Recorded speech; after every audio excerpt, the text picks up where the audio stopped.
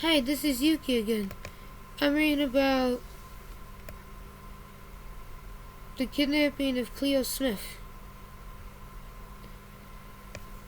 At the time of the incident, 4-year-old Cleo Smith lived with her mother, Ellie Smith, stepfather, Jake Giddon, and her sister in Carnarvon, Western Australia.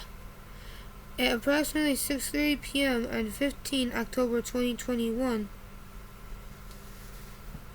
the family arrived at the Bullhouse campsite in MacLeod, around 80 km north of Carnarvon, for a weekend visit. In an interview after Cleo's disappearance, Ellie said that the girl had gone to bed in the family's tent at around 8 p.m., woke up early the next morning at 1:30 a.m., asking for water, and had returned to sleep after being given water. When the family woke at 6 a.m. on 16 October, they discovered both Cleo and her sleeping bag missing. The tent that the family was sleeping in was open to a length of about 30 centimeters, 1 foot, from its fully open position. The family briefly searched the area for Cleo and informed police at 6:23 a.m. after they realized she was not in the vicinity of the campsite. A police car was dispatched 7 minutes after the phone call and arrived at the campsite at 7:10 a.m. Police conducted an air, land, and sea search around the area for most of the day. Ellie stated that Cleo had not left by herself, saying on 19 October that she would never leave us. She would never leave the tent. On 20 October, Acting Deputy Commissioner Daryl Gaunt of the Western Australia Police Force said that claims that the case was being treated as an abduction were not correct, explaining that the case was being treated primarily as a search and rescue case. Inspector John Mundy said on the same day that the zip on Cleo's tent was open higher than she could have reached, stating that the position of the zipper was the primary factor that had given rise to concern about Cleo's safety. It was announced on 21 October that the police believed that Cleo had been abducted, with WA Premier Mark McGowan announcing a $1 million reward for anyone with information on her disappearance. Various Australian media organizations reported that this reward attracted bounty hunters to Carnarvon to search for Cleo.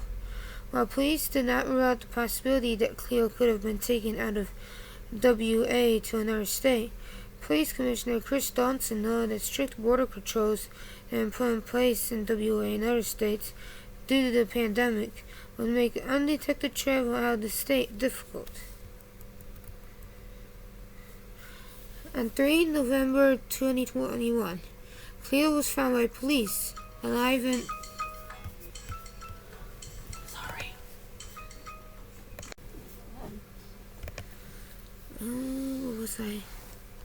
A 36-year-old man was subsequently taken into custody after a car he was driving was stopped by police. Cleo was reunited with her family the same day. Deputy Commissioner Cole Blanche said police had broken into the house at 12:46 a.m. and found Cleo in one of the rooms. Police Commissioner Dawson called the day of her discovery one of the most remarkable days in policing in Western Australia, and explained that forensic leads had led him to obtain a search warrant for the house. The man who was taken into custody had no connection to Cleo's family, but is known to police.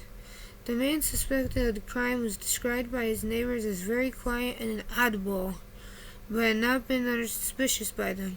He had fallen under police suspicion the day before his arrest.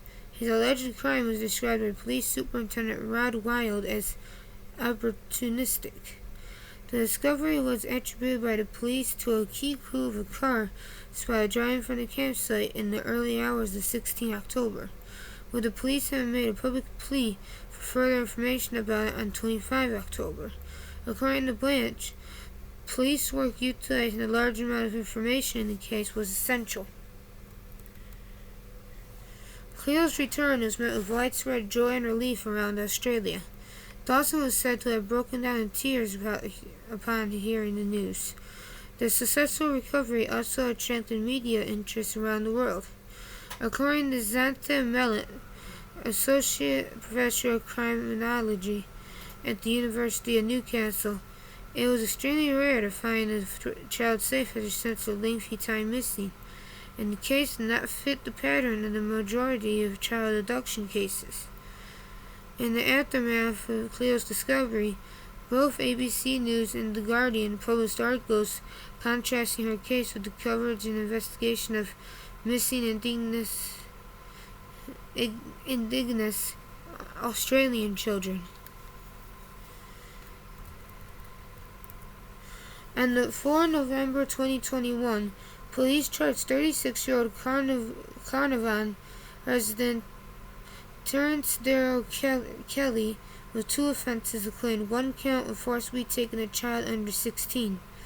He appeared before the Carnarvon Magistrates Court and did not apply for bail.